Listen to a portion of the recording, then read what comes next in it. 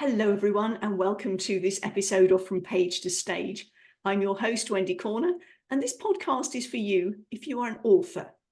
You've got your stuff down on page. Now, this could be a solo book. It could be a contributory book. It could be your blog. It could be your socials. Those are all forms of published work. If you're an entrepreneur, you're an author. You may also have done the stage. Now, if I've blown your mind on the authoring bit, here comes a bit on the stage bit too, because I'm not simply talking about the raised platform with the microphone. A lot of my clients are introverts and they go, oh, couldn't do that. If you can have a one-on-one conversation with somebody, you can do a podcast. This is a stage. So welcome to this stage. You're in the right place. Today, I am super excited, overwhelmingly excited, I may add, to share with you our talk today, our conversation with Cheryl Stelte. Now, Cheryl has a book coming out tomorrow, which is why I'm excited about this. Now, I could give you a bit more information about Cheryl. She has got a wonderful history, but do you know what? She knows herself better than I do. I'm going to handball this one to you. Cheryl, tell us more about yourself and how you got to where you are today.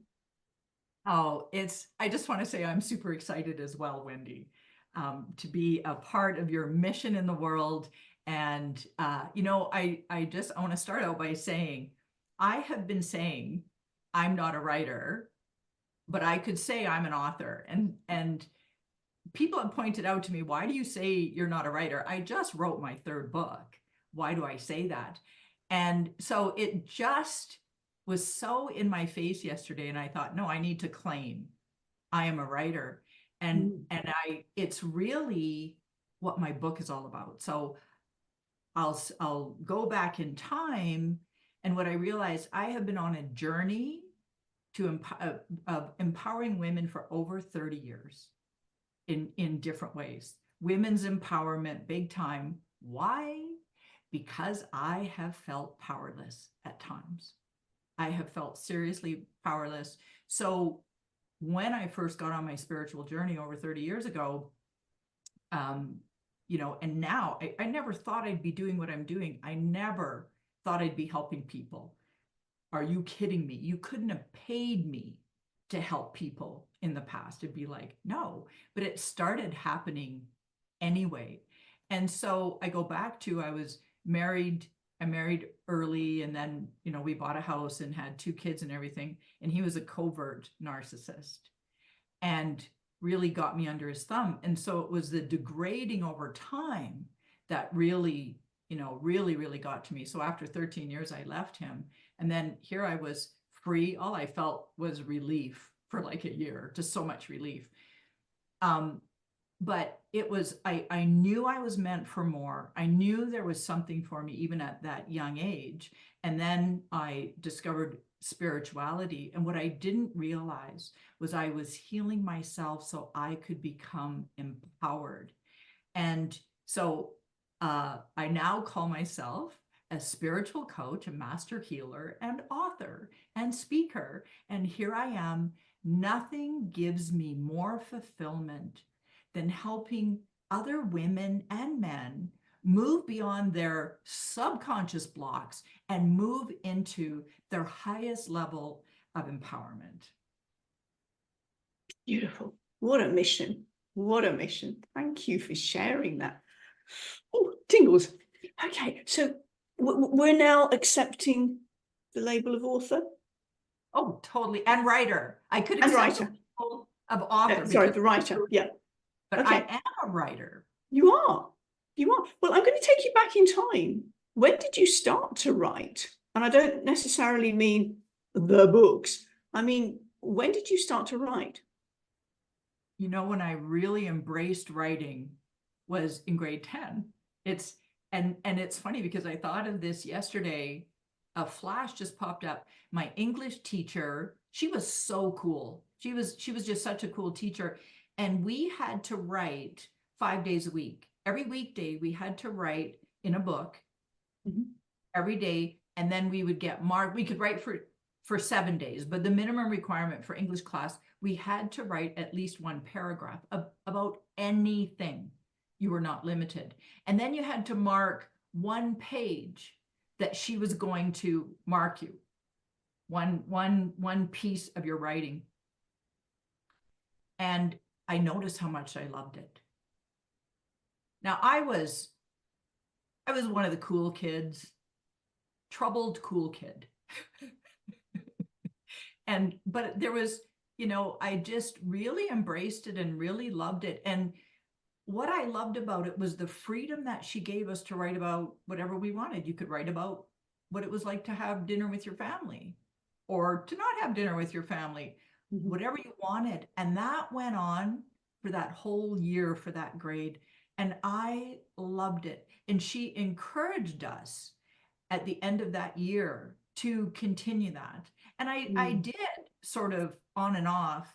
And then I, later in life, I did the author's way for some time. And that was a real sort of mode of self-discovery. And then I stopped. But that was when I first discovered the creativity, the freedom of writing, of that self-expression. And throughout my 20s, I don't think I wrote a thing. I got married, and it wasn't until later that I started writing. And I still, even for this, we'll talk about this third book, there's been a struggle. It wasn't like when I was in grade 10 where, you just start writing and it's just fabulous and easy and fun. There's so much more to it. Yes. When stakes are higher, especially in writing a book. So would you say that was a foray into journaling? Yes. And so I have, oh gosh, have I journaled? So, I could probably put a 5-foot stack of journals if I kept them all. I do recycle them. I let journals go over time. Yeah, I've done a tremendous. It was very similar to journaling, but sometimes also teaching. I really am a teacher in many ways. I love to teach, to share my knowledge, share my experiences for the benefit of others. And so that's what all my 3 books are based in, are teaching new skills. They're kind of like workbooks. So you started writing around grade 10. Forgive me for not particularly 15. Understanding the grade system in the States. How old were you? I was 15 years old in 15. Canada. Right. Yes. Thank you. Okay. And you embraced your author. Yes. Yes. Love it. Okay. And you've mentioned you've got 3 books out. Can you give us a little snapshot of the 3? Well, yes, 2 of them that are out and one that's almost out. Tomorrow. So the first book is Heal Your Neck Issues and Let Your Throat Chakra Shine. And what I discovered was, as I started helping more and more people and moving from doing this work, very part-time to just part-time to 3/4 of the time to full-time, was that all my clients had throat chakra issues, is what I discovered. And I was like, wow. And I had tremendous throat chakra issues. And if you don't know the chakra system, I think most people do or have a general idea. It's they're energetic centers or energy centers within our being, just like the meridians are energetic flow. We have thousands of different energy systems. And, Hurqalya photography has shown that we're light. Now, the throat chakra, each of the chakras holds specific information, and this energy needs to flow all the time. So people know the throat chakra as it's a sense of feeling seen and heard. So that's sort of the basis of it. And what I've discovered with respect to, it's also expressing your truth. So many people, especially women, hard to speak our truth. Right? Do you find it hard to speak your truth? Ask yourself that question. But ultimately, the highest level of the throat chakra is expression of our purpose and really our soul's purpose. And that energy originates in the root chakra. At the back of the root chakra, actually, I can see energy, I read chakras, and so I can look at anybody and see, how in alignment you are with purpose. And that energy rides up the spine. And I always will see like a little ball of white light. That's the sense of purpose in the throat chakra to be expressed. And most people have a block between that and the throat chakra. So people will express from all the lower chakras, their heart, they will express creatively. So if you're a speaker, you need to feel safe and stable in your root chakra to express. And then it's expressing creatively from the sacral. So even being a writer, you need to find that in there, that's sacral. Also, your truth, expressing your truth comes from the solar plexus. That's the truth and power. And expressing love and compassion is heart chakra. So the throat chakra has a lot of pressure on it from all these 4 chakras below.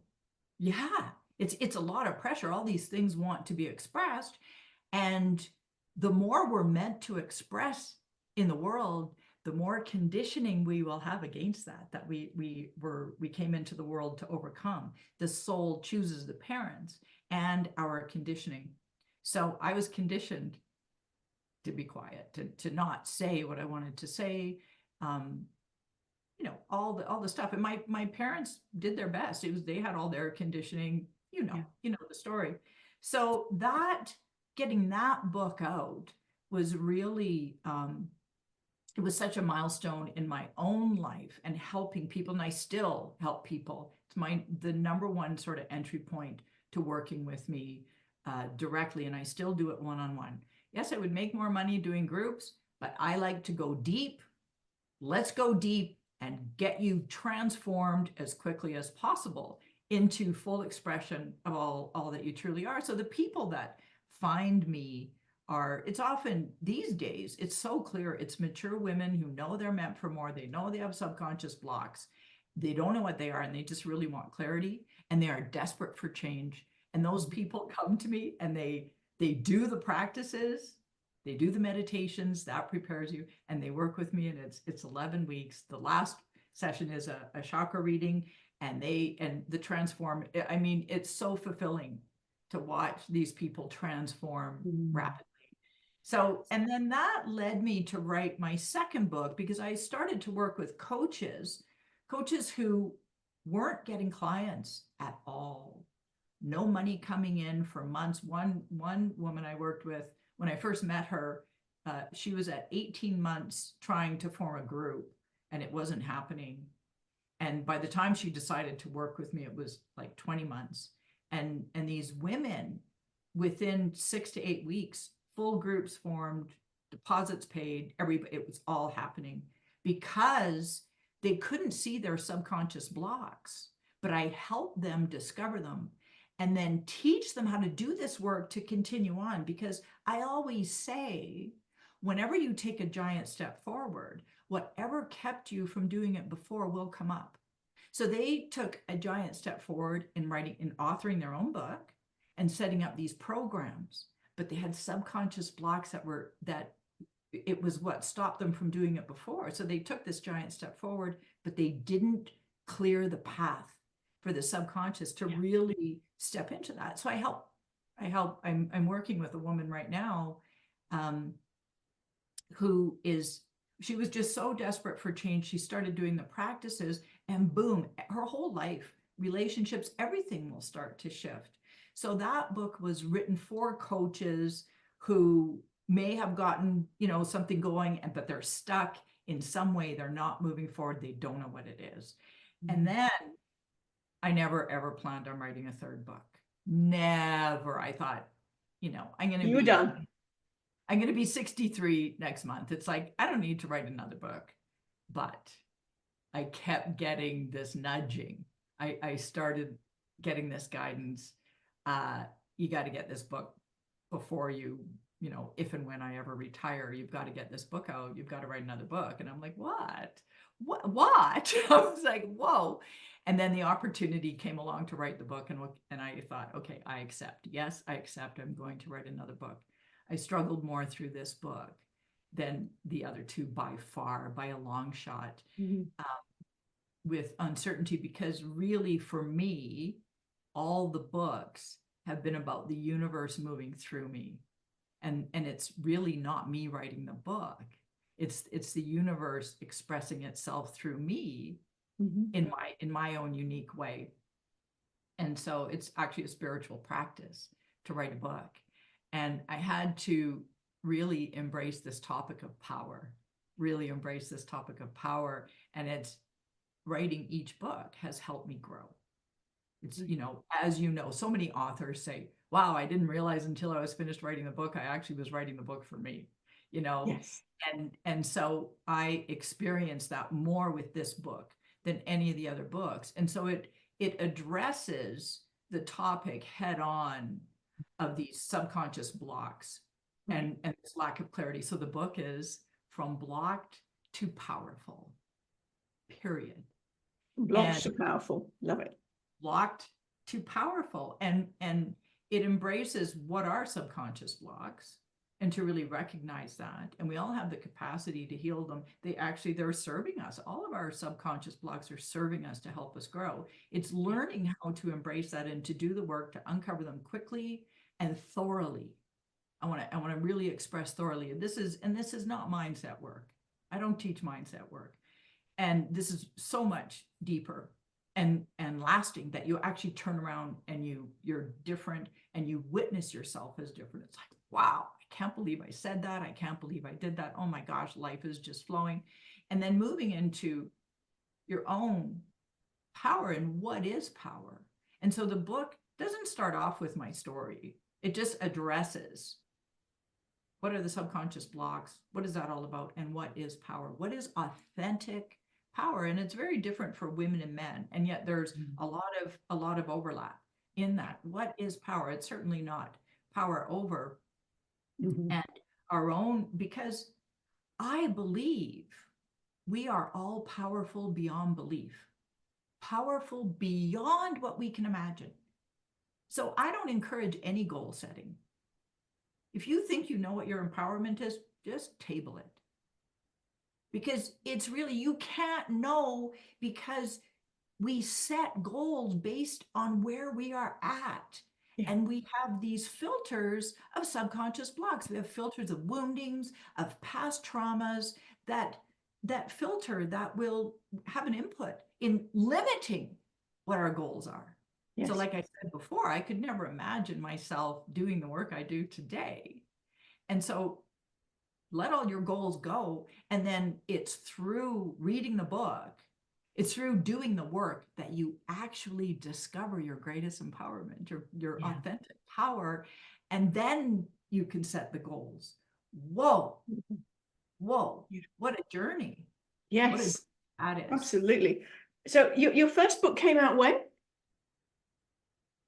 I think that was 4 years ago. Okay, right. So it's been a wonderful progression. Now, you said this was the last book that you weren't going to write. Yeah, we'll see. The first one was 4.5 years ago. Yeah. And then the second one was a year later. And it's funny, because I say, yes, this is my legacy book. I've given so many practices. It's a pretty high level book spiritually for people. But even when I say it's my last book, that I kind of chuckle, because it's really not entirely up to me. You know, I have to agree to it. And sometimes I can feel something churning. So you never know, there might be a fourth. No idea what that would be about. This is my legacy book. That's what I've thought it to be. And so it's very much learning. It's multiple spiritual practices, multiple, to help you heal those subconscious blocks, the traumas, the wounds, and move into empowerment. So I look at a spiritual journey, and even our personal growth. Life is all about healing and empowerment, healing and empowerment. So there's a lot of healing practices. There's a lot of empowerment practices. So it's just chock-a-block full, 19 chapters. It's a lot of information, and it's so much of, it's not even everything I've done over the last 31 years, but what I have found to be the most useful from different modalities and also my own modality of Azarias energy healing. You know, I have a certification program for that. So I'm so proud of the book. Good. I'm excited to capture this as on the eve of your birth. So we will get this out. As I said, audience, we're recording this about a week earlier than this, but we're excited because as this is airing, it's tomorrow. Yes. So we talked about your wonderful journey of being author, writer. Tell us a bit more about your speaking journey. Throat chakra, right? The speaking journey is a throat chakra. And speaking is, I love speaking when I'm teaching. So I've done, you know, all kinds of classes, workshops, teaching people one-on-one. Love that type of speaking. Getting up, and so I thought when I wrote my first book, I thought, well, best to get myself out there, speak on some live stages in person. But as soon as I finished that first book, COVID hit, right? COVID got into place, or soon after. Yeah. So I couldn't do that. So I started speaking online, a lot of summits. I did a lot of summits, you know, people were at home and watching summits. And so a lot of people found me that way. It was like, whoa, the right people found me, and people would find me and sign up for a chakra reading, and they'd be just like, whoa, everything you said is bang on. And how do I move beyond this? So really useful. After the pandemic, I started, you know, learning how to speak on stage live with real audiences and that sort of thing. And what I found, and someone explained it to me through my human design, I am best to have questions asked of me. So I love speaking in interview format. I absolutely love podcasts. And like I said to you before we came on, I'm so excited to be here with you and part of you. I think you're such an amazing woman, and you really like to have fun. So absolutely. So I could speak on live stages. I also discovered I don't want to travel that much. I travel enough to see family. I mean, family is spread out all over. Family is important to me. I have a grandbaby in Canada that, you know, and I live in the States. So I don't want to be traveling all the time. I like to be at home with my husband. I really like that. So, so yeah, speaking is important in getting my message out. So I do webinars and workshops and podcasts and summits, and then I have groups that I also, for my more advanced programs, it's a hybrid where I do it in group. I also do it, they always get one-on-one sessions, and then I lead retreats. So retreats is live, in person, but we're engaged, and it's really, I like to teach through being asked questions. And I've noticed in my highest level program, the higher estate throat chakra program, I'm doing it for the first time because you always want to say yes to the universe, and the universe will always guide you. And so I had these previous clients, how can I continue to work with you? I want more. I want more of this. And so I could feel the call. So I said yes. So I put together this 9-month program. There's a personal retreat at the end of it. And so I thought I had everything figured out, you know, kind of had a good plan on all the things we're going to cover. It was a matter of when. And so I started, after we got going, I would show up with a plan, you know, somewhat prepared. I mean, I know my stuff. I don't have to go through everything. I really like to wing it, what wants to flow through me. And that's how I've always taught and led meditations. You know, it's all about the power of the universe moving through me. And I've just found that I've just stopped preparing. I just trust that, because we always start out with a sharing, and then my clients will they'll share what's going on in their lives, how they've moved forward since the last session, doing the practices, or from having a one-on-one session with me. And then what they need becomes so evident. And I'm like, oh, I'm actually meant to teach about this today. Oh, okay. You need to understand this. And so it just all flows through me. And it is so fulfilling to just be in that level of trust and faith. Yes. That I just trust that what they need is going to come through me. And it's just it's such a blast. It's so fulfilling. Mm. So I As you love. say, that there's different forms of speaking, and there's the teaching and facilitation work which you're describing there.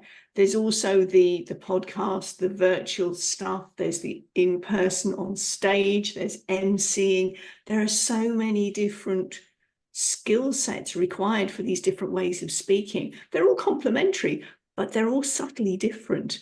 You've obviously found your niche, your real exciting bit in the teaching section. Love it. It's Love true. It. Thank It's you. so true. And as you say, with a good teacher will meet their students where they're at. So yes, you have an intention to cover a topic, but within that, somebody will bring out a query and a question, which, as you've said, is how your human design functions best. So bing, that's coming off with that idea, and that's still being that one. Yes, beautiful. Beautiful. That's right. And even showing up for this podcast, I don't prepare. I don't, there's nothing I need to say that I say, oh, I have to say this, I have to say that. No, it's being in this trust that you are going to ask all the right questions for your audience. Yes. And I will respond appropriately. Well, audience, here's a bit of a clue as to what goes on in the background for this. When I have an application form that the guests, which could include you, remember that, include 4 questions. These 4 questions I will cover at some point in the interview. It's not a number 1, number 2, number 3. No, I don't work like that. But I do have those 4 questions, which I share with the guests. These are what we're going to cover, and where we go in between, goodness knows, we will go with the flow. But those are the parameters through which we are going to flow. Love it. Thank you. So we've talked about your writing journey. We've talked about your speaking journey. We know that you've got this book coming out tomorrow. On that front, I mean, we've managed to land this podcast in perfect timing. One of the things that I've been talking about, I did a live on my YouTube channel last week, was about the need for promotion. You have a big gig coming up, you've got a publication, whatever it is, you've got a target date, and it's then looking back as to what you can reverse engineer. How can you share your message? Is it podcasts? Is it live stages? Are you getting on interviews? Are you getting on radio shows? Are you getting on TV shows? All these different ways that you can promote what you're doing. And the social stuff as well. You can be seeding all the way through. So again, audience listening to this, please, when you have a big gig coming up or even a small gig, let people know. You're not going to be a best kept secret, are you? Promote, promote, promote. Excellent. Okay, so we know you're working on this. We've got this great launch tomorrow. So you're launching it on Amazon Kindle first? Yes, I'm launching it on Amazon, and it is available also in paperback and hard copy. So yeah, you can get it on the Kindle. The launch is for the Kindle, but it's also available in that way. So that is happening tomorrow, and I'll put all of that in the show notes. Oh yes. And so you can get the ebook. You can buy the others, but I'll definitely be promoting that tomorrow. So it's very exciting. Oh, I'm so excited with you for that one. Absolutely. So we kind of got a little hiatus in our recording just now. Audience, we're going to be doing some editing on this one. But is this definitely your last book? I can't say that, you know. Good. I'm glad to hear that. I cannot commit to it's definitely my last book. Because I when you ask me that, you know, I feel like, oh, that would be like closing a door, and that may not serve me or others. So who knows? You know, I remember reading a book that I loved so much. And it was funny. This is a cool story. I don't often remember my dreams. I'm not one. I kind of get a sense of them in the morning, but poof, they vanish. Some I remember. And years ago, I remember waking up and I dreamt about this book called Joshua. The book was Joshua, and that I had to get a copy of this book. I'm like, really? How can this be? So of course I Google searched the book, Joshua, and it was an amazing book. And the man who wrote it's sort of a story of Jesus and how Jesus was so powerful, but in this book wasn't recognized as the Christ or anything like that. It was quite different, but how he was of service just as a carpenter who did certain things. And it was a fantastic read. And the author wrote his first book, forgive me if I'm a little off on his age, 85 years old. He was this old minister, and he had been retired for over 20 years and decided he needed to write this book, and he wrote this book. So I don't know if any of us can ever say, I'll never be an author, or I won't write another book. I think of that, and I so enjoyed writing this book because so many people think service is all about what you do, especially career, and being of service is more a sense of presence. Yeah. Who are you in the world? It doesn't start and stop in your workday. It goes all day long and all night.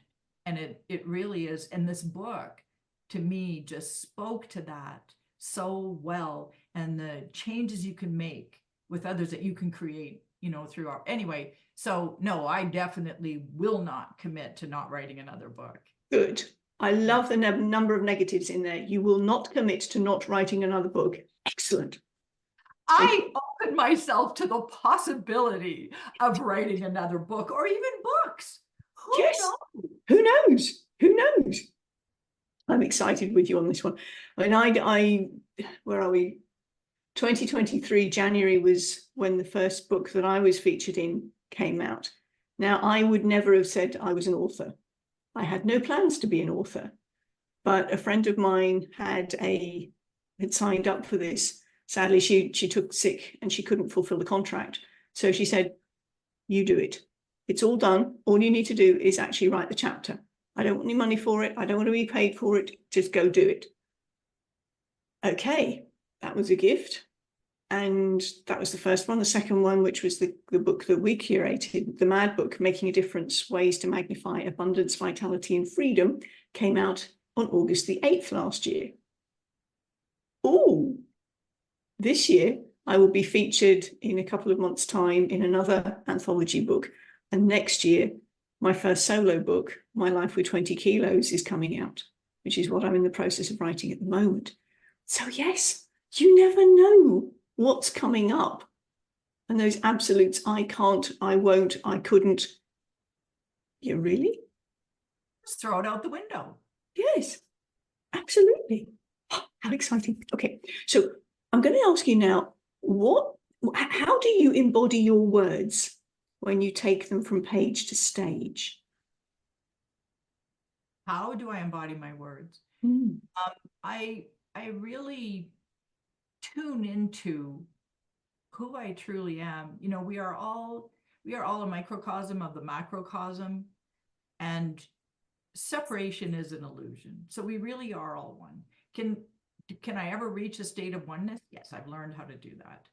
And I can do that. Can I reach a state of unity consciousness? Yes. Can I live in it all the time? No. I am always a work in progress. But it's more about just being in who I am and trusting that everything that needs to be said will be said. And so it's a state. And so how do I do it? I actually close my eyes and tune in, and I may say a prayer, but it's really moving into a higher state. So I write about this in the book, is I merge with higher beings. I merge with higher beings so that my energy level, my vibration will actually lift the people in the audience.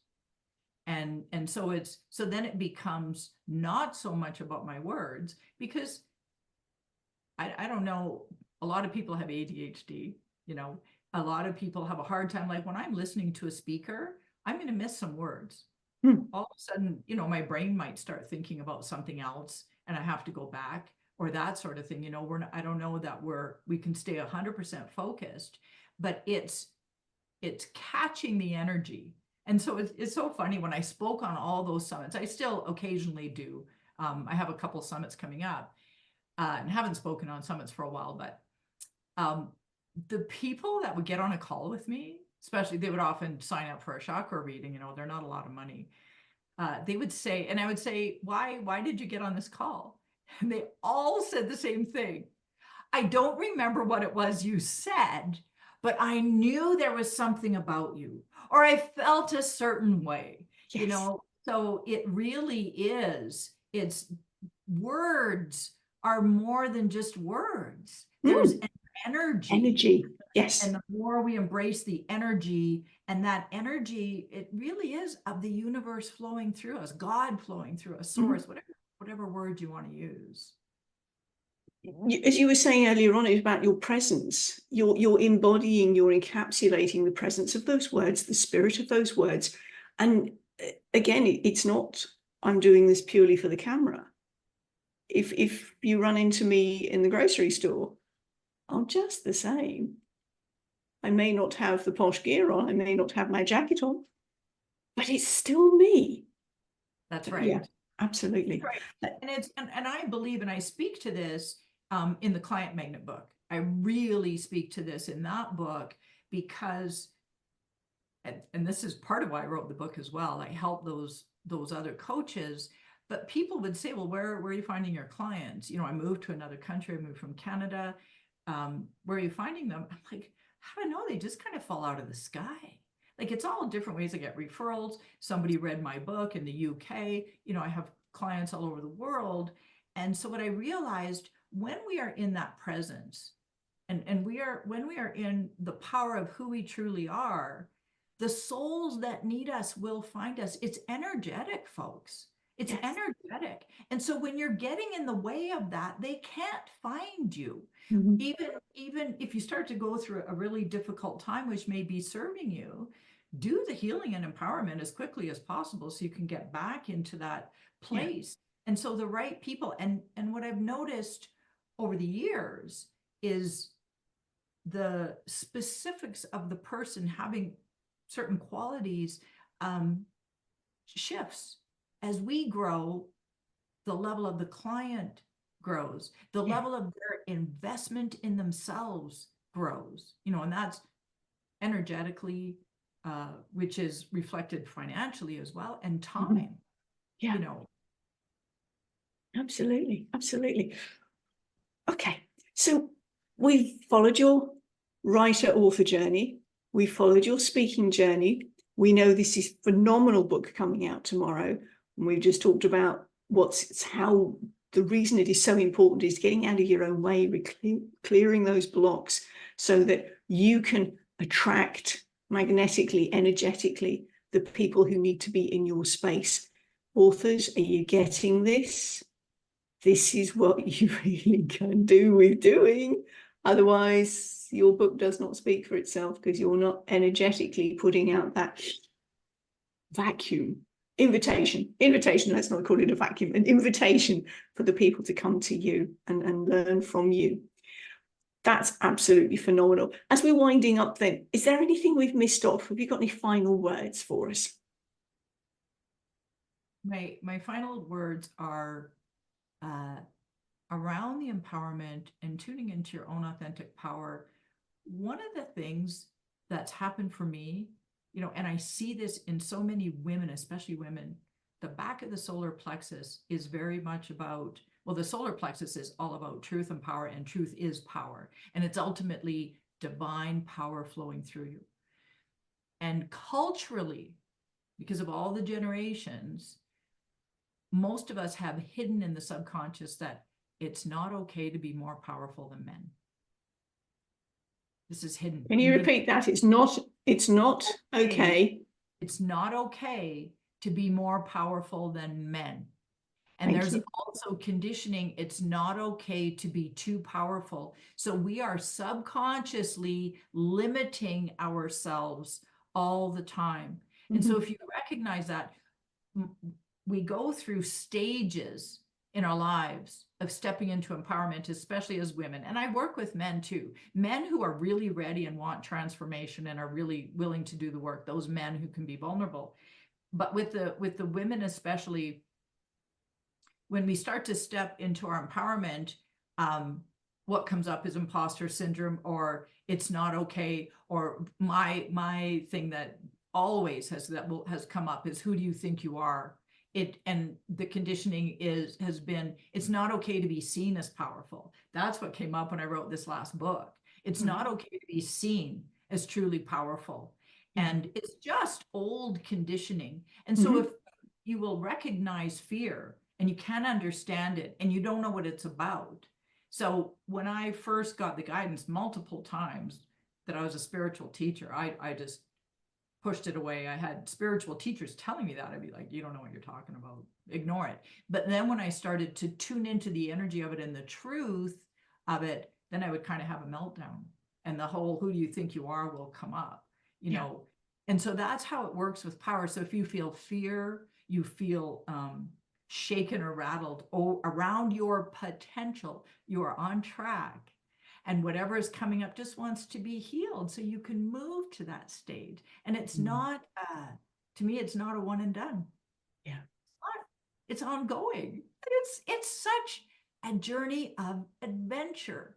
It really, it's the self-discovery. When you move into that, I say to all my clients when we're finished working together, did you ever think you would become who you are today after 10 or 11 weeks? And they'd always say, no, I couldn't imagine this. Yes. So if you can hold that for yourself, I can't imagine my authentic power. I can't even imagine my greatest potential. Because at the moment you're imagining from your present position. Yeah, got it. Right. Thank you so much, Cheryl. You've shared some wonderful wisdom with us today. I'm truly blessed to have been able to put this podcast out for you the day before you birth your latest book. So excited. Audience, these are dynamic show notes. We've heard from Cheryl that she may come up with something again in the future, but whenever she's got something new that comes up, she's going to let me know. I'm going to amend the details, and I'm going to do a quick social splash going, do you remember that phenomenal conversation I had with Cheryl? Well, she's got something else out. Go back and check the show notes for the links. And while you're at it, go back and listen to that podcast episode, because it was phenomenal. That's the way we roll on From Page to Stage. Cheryl, thank you so much for coming on and sharing your From Page to Stage. For now, bye from us. Thank you, Wendy. Such an honor. Thank you.